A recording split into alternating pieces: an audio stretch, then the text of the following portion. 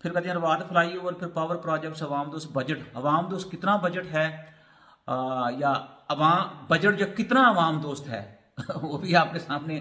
مہنگائی جو ہے اس دفعہ پہلی دفعہ ایسا ہوا ہے کہ پاکستان جو ہے ساؤتھ ایشیا کے اندر مہنگا ترین ملک ہے، اور ہم سے سستا ہے سری لنکا جو فائنینشلی آپ دیکھیں کہ ڈیفالٹ ڈکلیئر ہو چکا ہے. ہم سے سستا ہے افغانستان جہاں آپ دیکھیں کئی دہائیوں سے جنگ چل رہی ہے. تو ہمارا حال اب یہی ہے، پھر بھی یہ کہتے ہیں کہ بجٹ جو ہے وہ عوام دوست ہے. اس کے بعد انہوں نے کہا جی کہ عوام دوست budget P M flood relief programme. اس P M flood relief programme سے اب دیکھیں سندھ کے اندر جو فلڈ افیکٹیز ہیں کیا ابھی بھی وہ بحال ہو چکے ہیں، وہ بھی صورتحال آپ کے سامنے ہے. پھر بی ایس پی پروگرام کی بحالی، فاٹا میں کامیابی، کسان پیکج، سود سے پاک نظام، یہ بھی آپ کے سامنے ہے کتنا سود سے پاک نظام ہے. عالمی برادری سے اسلام آباد سے کہ 9 ارب ڈالر کی امداد. وہ ڈالر اب یہ سوئٹزرلینڈ کی بات کر رہے ہیں جہاں انہوں نے وہ کانفرنس کی تھی، اس کے اوپر وعدے کیے گئے تھے، ابھی تک وہ 9 ارب ڈالر اگر ان کو مل جاتے تو یہ پھر آئی ایم ایف کے پیچھے کیوں بھاگتے، کیوں آئی ایم ایف کے سامنے جو ہے وہ ناک رگڑتے. لیکن ملا وہاں سے کچھ نہیں سوائے میرے 45 یا 85 کروڑ کے جو یو کے نے ان کو دیا تھا. اس کے بعد ملک ترقیہ کے ذرائع متاثرین کے لیے امداد کی فراہمی. تو یہ تو دیکھیں جو ترقی کے لوگوں کے لیے آپ نے امداد کی ہے وہ اس کا تو بینیفٹ تو ان کو ہوا. ہماری اپنے لوگ آپ کو خودکشیاں کر رہے ہیں، اپنے ملک میں غربت پھیل رہی ہے، اپنے ملک میں بےروزگاری بڑھ رہی ہے آپ کی، اس کے اوپر توجہ نہیں ہے. لیکن دوسرا ملک جو ہے وہ ٹھیک ہے بھی مسلم ہمیں ہیلپ کرنی چاہیے، لیکن اس سے پہلے اپنا گھر تو ٹھیک کرنا چاہیے. پھر یہ کہا یہ جاتا ہے کہ اب مفت آٹا جو ہے وہ اس کی تقسیم کے دوران دیکھیں وہ جو جانیں چلی گئیں اس کا کون ذمہ دار ہے. ہاں یہ بات تو ٹھیک ہے کہ آپ نے مفت آٹے کی اسکیم شروع کی، آپ نے تصویریں بنا لی پشاور کے اندر، لاہور کے اندر، فیصل آباد کے اندر یا اور جگہ جہاں پہ آٹا تقسیم کیا جاتا رہا وہاں پہ لوگوں کی اموات ہو گئی، لوگ زخمی ہو گئے، اس کا بھی جواب دہ ہونا چاہیے. اور ظاہر سی بات ہے اگر آٹا تقسیم یہ گورنمنٹ کری تو وہ جو اموات ہیں اس کے ذمہ دار بھی یہی لوگ ہیں. پھر یہ کہا جا رہا ہے کہ لیپ ٹاپ اسکیم کا آغاز 2، پہلا فیز 1 تھا پچھلی گورنمنٹ میں جب ہمارے جو موجودہ پرائم منسٹر سی ایم تھے پنجاب کے، اور اب جو انہوں نے فیز شروع کیا ہے وہ لیپ ٹاپ اسکیم فیز 2. لیکن ان دونوں فیز کے اندر کسی کے ذہن میں یہ بات نہیں آئی کہ ہم کو فیکٹری لگا لیں لیپ ٹاپ بنانے کی. ہم اتنا پیسہ جو اس میں روند رہے ہیں تو بہتر ہے کوئی فیکٹری لگائیں، کوئی 4 6 10 15 20 لوگوں کو روزگار ملے، اس کی توجہ نہیں ہے.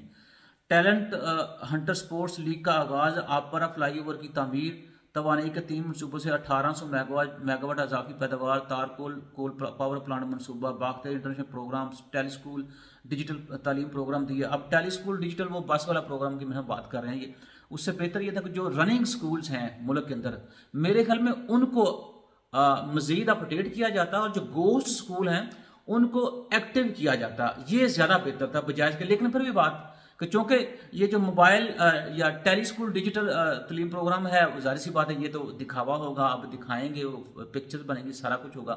وہ جو رننگ اسکول ہیں اس کے اگر اپگریڈیشن کی جاتی، وہاں ٹیچرز کو ٹریننگ دی جاتی تو وہ میرے خیال میں زیادہ اچھا منصوبہ ہوتا آپ کا. نیشنل الیکشن پلان کی بحالی اور عدالتی اصلاحات. اب عدالتی اصلاحات بھی یہ وہی کر رہے ہیں کہ جو ان کے اپنے مفاد کے لیے ہیں. میرا نہیں خیال کہ اس سے کوئی عام آدمی جو ہے اس کو فرق پڑے گا. تو آپ نے یہ چیزیں دیکھی ہیں کہ بیان بازی اور دوسرے کے اوپر جو ہے وہ الزام، دوسرے کے اوپر جو ہے وہ ذمہ داری ڈال دو، اور ہم جب ہماری باری آئے، جب میری باری آئے یا میں اپنے اس کی بات کروں تو پھر ہم یہ کہیں جی آئندہ ہم یہ کریں گے، اس طرح سے ہوگا. اور جب ہم بالکل صحیح طرح سے بیٹھیں گے، صحیح طرح سے ہم چیزوں کے اوپر قابو ہو جائیں گے، پھر ملک کے اندر دودھ کی نہریں بہنا شروع ہو جائیں گی. یہ باتیں آپ پچھلی گورنمنٹ سے بھی سنتے تھے اور یہ باتیں اب ہم ان سے بھی سن رہے ہیں. اچھا اس کے بعد ایک جو ابھی دیکھا ہے کہ اس گورنمنٹ نے اعلان کیا ہے کہ توانائی بچت کے 5 لاکھ منصوبے پر کام شروع کرنے والی ہے جس میں تمام سرکاری اور نیم سرکاری عمارتوں کو توانائی بچانے والے عمارات میں تبدیل کر دیا جائے گا. اب یہ کہنا ہے کہ اس سے پہلے ان عمارتوں کو آڈٹ کیا جائے گا، اس کے بعد جو ہے ظاہر سی بات یہ کوشش کریں گے کوئی ایسے انسٹرومنٹ لگائیں یا ایسے آلات لگائیں جس سے کم بجلی جو ہے اسمارٹ انسٹرومنٹ جسے کہتے ہیں وہ استعمال ہو. اس سے پہلے ضروری یہ نہیں ہے کہ آپ جتنی سرکاری اور نیم سرکاری آپ کی عمارتیں ہیں ان کو سولر کے اوپر کنورٹ کر دیں. حالانکہ پرائم منسٹر صاحب نے اس کے اوپر بڑا اچھا خاصا فوکس دیا تھا اپنی ایک تقریر کے اندر. بجائے اس کے کہ ہم یہ کریں تو اس سے بہتر ہے کہ ان عمارتوں کو سولر کے اوپر جو ہے وہ آپ کنورٹ کریں تاکہ آپ جو بجلی پیدا کر رہے ہیں اس کے اوپر آپ کا بوجھ کم پڑے. اور مجھے یاد ہے پچھلی گورنمنٹ میں اس وقت جو ہمارے وزیر ٹرانسپورٹ تھے پنجاب کا، خاص مجھے یاد ہے، انہوں نے کہا تھا جی کہ ہم کیا کریں گے کہ ہم جو 30% وہیکل ان کو ہم الیکٹرسٹی کے اوپر کنورٹ کریں گے 2030 تک۔ اب اسی دوران حکومت بھی ختم ہو گئی اور میرے خیال میں شاید وہ بھی منصوبہ جو ہے وہ پیچھے رہ گیا۔ اب اس میں یہ کہا جا رہا ہے کہ یہ منصوبہ جو تھا تقریباً 10 سال گیا تھا، جس کو میں محدود کر کے 5 سال میں کر دیا ہے۔ یہ تو بھی ہے نا بھائی، اس کا آپ اندازہ خود کر لیں۔ دنیا کے اندر اب ایسی عمارتیں بنائی جا رہی ہیں، بلکہ میں نے ایک شاید عمارت اسلام آباد پنڈی میں بھی دیکھی تھی کہ عمارتوں کی سائڈوں کے اوپر جو ہے وہ فلورز کے اوپر وہ پودے لگا رہے ہیں، گرین بلڈنگ جسے کہتے ہیں، دنیا کے اندر وہ بھی بن گئی ہیں۔ بلکہ امریکہ میں تو اس طرح سے ہے کہ انہوں نے 2 بلڈنگز کچھ اس طرح سے بنایا کہ جو آپ کی ہوا کے اندر کاربن ڈائی آکسائڈ گیس ہے اس کو وہ جذب کرتے ہیں اور آکسیجن گیس اس کو خارج کرتے ہیں۔ اب چیزیں اس طرح کی ہونا شروع ہو گئی ہیں، لیکن ہم ابھی تک اسی میں بیٹھے ہیں کہ 10 سال منصوبے کو 5 سال میں کریں، 5 سال منصوبے کو 2.5 سال میں کریں۔ کوئی لمبا یا جامع قسم کا کہہ لیں کہ کوئی پروگرام جو ہے اس کو تو جو ہم نہیں دے رہے۔ اس میں یہ کہا جا رہا ہے کہ دوسرا مرحلہ جب ہوگا اس میں کمرشل صنعتی اور گھریلو سیکٹر کو گیس کی بجائے کم بجلی استعمال کرنے والے آلات کو فروغ دیا جائے گا اور حکومت صارفین کو ایسے آلات کی فراہمی میں مدد کر دے گی۔ اب جب پرائم منسٹر صاحب نے یہ اعلان کیا کہ ہم سولر کے اوپر کنورٹ کرنے جا رہے ہیں چیزیں ساری، یا اس میں سولر کے اوپر فوکس کرنا چاہیے، تو ایک دم سے سولر کے جو آلات تھے یا وہ پلیٹس وغیرہ ایک دم سے وہ مہنگی ہونا شروع ہو گئی۔ میرے خیال میں اس سے بھی زیادہ بہتر یہ کہ اب لوگوں کو ایجوکیٹ کریں کہ جو وہ بجلی استعمال کر رہے ہیں اس کا اچھا استعمال کیسے کیا جائے۔ لوگوں کو ایجوکیٹ کریں تاکہ بجلی کا جو ویسٹیج ہے یا بجلی کا جو ویسٹ ہے اپنی عادات کو چینج کریں تاکہ بجلی کا ویسٹ جو اس کو سیو کیا جا سکے۔ اس سے بھی زیادہ ضروری ہے کہ لوگوں کو یہ بتایا جائے کہ آپ جب اپنے گھر بناتے ہیں تو ان گھروں کو آپ سٹرکچر اس طرح سے بنائیں تاکہ جو دن کے ٹائم میں زیادہ سے زیادہ آپ سورج کی روشنی جو ہے اس سے فائدہ اٹھا سکیں، اور رات کے اندر بھی کوشش کریں کہ آپ بجلی کا استعمال کم سے کم کریں۔ میرے خیال میں اس طرف اگر توجہ دی جائے تو وہ شاید ہمیں تھوڑا سا کہہ لیں کہ انرجی بچانے میں ہمارا کنٹریبیوشن ہو سکتا ہے۔ بچپن میں ہم دیکھتے تھے ٹی وی کے اوپر، پی ٹی وی کے اوپر اکثر اشتہار چلایا کرتے تھے کہ بجلی بچائیے اپنے لیے، قوم کے لیے۔ تو وہ چھوٹی چھوٹی عادات جو تھیں ہماری جن کو کنٹرول کرنے سے بجلی بچ سکتی تھی، اسی کے بارے میں وہ ایڈ بنائے جاتے تھے۔ لیکن آج کل تو دیکھیں میرے خیال میں ایڈ کی جو نیچر ہے وہ بھی چینج ہو گئی اور وہ اس طرح کے ایڈ کم ہی آپ کو دیکھنے کو ملتے ہیں۔ سب سے لاسٹ میں ہم آئی ایم ایف نے یہ کہا ہے کہ پاکستان کے اندر جو مہنگائی ہے وہ ہدف سے زیادہ ہے اور شرح نمو وہ بھی کم ہوگی۔ وہ تو ویسے بھی ایشین ڈیولپمنٹ بینک نے کہا جی 0.6% آپ کی شرح نمو رہے گی، آئی ایم ایف نے اس کو 0.5% کہہ دیا ہے۔ اب یہ کہہ رہے ہیں کہ اگلے سال بہتری کا امکان ہوگا۔ یہ میرے خیال میں شاید بات کر رہے ہیں کہ چونکہ 2023 کو بھی گلوبل کرائسس جو ہے اس کو ڈکلیئر کیا جا رہا ہے، اور جو انٹرنیشنل ایکسپرٹس ہیں وہ یہ کہہ رہے ہیں گلوبلی جو ہے اکنامکس کے حالات اتنے کو اچھے نہیں ہوں گے، تو اس لیے میں ہم آئی ایم ایف نے اس کو جوڑ دیا ہے۔ اور چونکہ اگلے سال سے 2024 کا سال یہ ریکوری کا سال ہوگا، تو اس لیے وہ شاید آئی ایم ایف یہ کہہ رہا ہے کہ آنے والا سال جو ہوگا اس میں بہتری کے امکانات ہیں۔ لیکن میرے خیال میں جو پاکستان میں سچویشن ہے وہ تبھی ہوگی کہ جب جناب والا آپ اپنی اکنامک پالیسیز کو توجہ دیں گے، کیونکہ یہ جو ایسٹیمیٹس اس کے اندر یہ کہا گیا ہے کہ آئندہ سال جی ڈی پی جو ہے وہ 3.5% ہوگا، مہنگائی کم ہو کر 21.9% پہ آ جائے گی، بے روزگاری کی شرح 7% سے کم ہو کر 6.8% رہنے کی توقع ہے۔ آئی ایم ایف رپورٹ کے مطابق گزشتہ مالی سال بے روزگاری کی شرح 6.2% تھی، جو کہ اس سال 7% تک پہنچ جائے گی۔ شرح سود میں اضافہ عارضی ہے تاکہ زیادہ مہنگائی کو کنٹرول کیا جا سکے۔ آئی ایم ایف کے مطابق یوکرین پر روسی حملے کے باعث دنیا میں توانائی اور خوراک کی قیمتیں بڑھی ہیں، مہنگائی میں کمی کے بعد مرکزی بینک شرح سود میں کم کر دیں گے۔ ٹھیک ہے، یہ آپ وہی بات ہوگی کہ ایکسپیکٹیشن تھا، لیکن پاکستان میں کبھی بھی ایسا نہیں ہوا کہ جب مہنگائی بڑھی ہے تو مہنگائی کبھی نیچے آ گئی، چیزیں آگے ہی گئی ہیں۔ شاید اس کی وجہ یہ ہے کہ ان کے پاس ایسا میکنزم نہیں ہے یا میکنزم ابھی تک ڈیولپ نہیں ہو سکا کہ جس کے ذریعے آپ کہہ سکیں کہ جو ہی مہنگائی بڑھتی ہے تو پھر جب جو میکرو اکنامک انڈیکیٹرز کی پروڈکشن میں جب اضافہ ہوتا ہے تو مہنگائی ابھی کنٹرول ہونی چاہیے۔ میرا خیال کہ ایسا نہیں ہے۔